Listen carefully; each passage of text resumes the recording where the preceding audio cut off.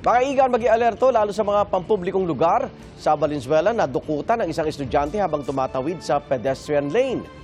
Aminado naman ang inarestong babaeng suspect na ay sa mga pulis ay may iba pang nabiktima. Yan ang unang balita ni Bea Pinlac. Hindi na nakapalag ang 47 anyos na babaeng yan nang arestuhin ng pulisya sa Barangay Malinta, Valenzuela matapos niyang pasimpleng dukutin ang pouch ng biktimang naglalakad sa pedestrian lane.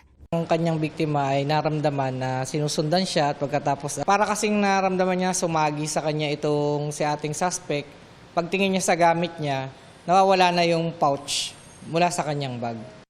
Ang laman ng pouch, nasa 690 pesos na cash na may kasama ring mga ID card. Nakuha rin umano mula sa suspect ang isang sachet ng hinihinalang shabu.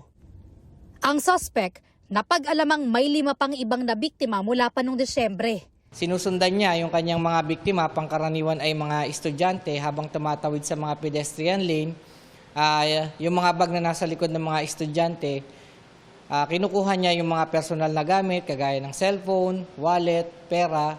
Halos 100,000 pesos ang tinatayang halaga ng mga gamit na ninakaw niya umano mula sa iba pa niyang biktima. Aminado ang suspect sa pagnanakaw, pero aniya, hindi sa kanyang nakumpiskang iligal na droga. Hindi po ako nagsasyabu man, pangkain nga wala po ako, pansyabu pa. Iniimbestigahan pa kung may kasabwat ang suspect sa pagnanakaw.